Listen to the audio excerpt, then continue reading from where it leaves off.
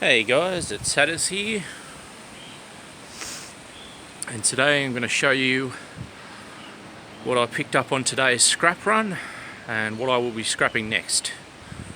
Just going to turn the camera around, guys.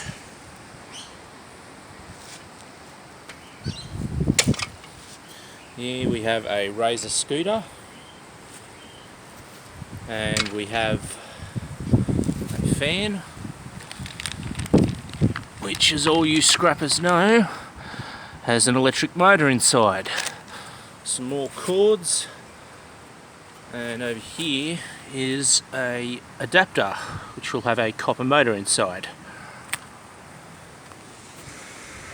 And there we go, guys. That's what's next on Hatter's scrapping to-do list. Catch you guys on the next one. Bye.